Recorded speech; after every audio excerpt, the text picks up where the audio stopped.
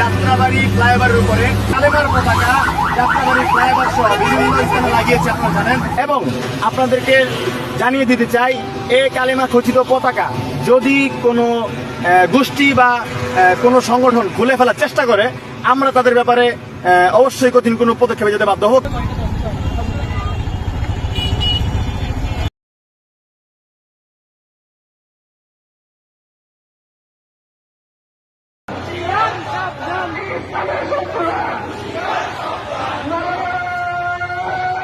Takbir!